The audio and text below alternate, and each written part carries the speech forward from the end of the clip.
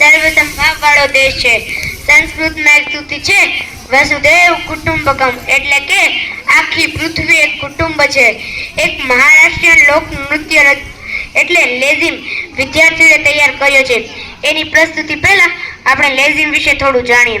પહેલા કહ્યું તેમ લેઝિમ એ મહારાષ્ટ્રીયન લોકનૃત્ય છે. હાલના સમયમાં મહારાષ્ટ્રમાં તે ખાસ કરીને ગણેશ ચતુર્થી પર બહોળા પ્રમાણમાં વગાડવામાં આવે છે.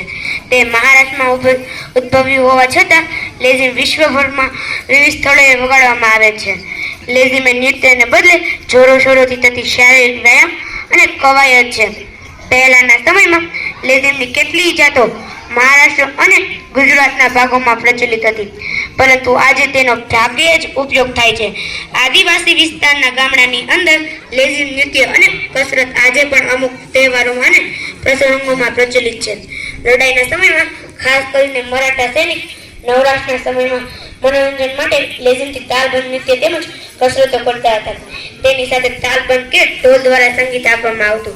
આજે પણ સંગીત સાથે કરવામાં આવતી તાલબંધ લેઝિમ કવાયતો ખૂબ જ કર્ણપ્રિય અને સુંદર લાગે છે. તો આવું સુંદર લેઝિમ નૃત્ય રજૂ કરશે ધોરણ 6 થી 8 ના વિદ્યાર્થી ભાઈઓ તથા બહેનો.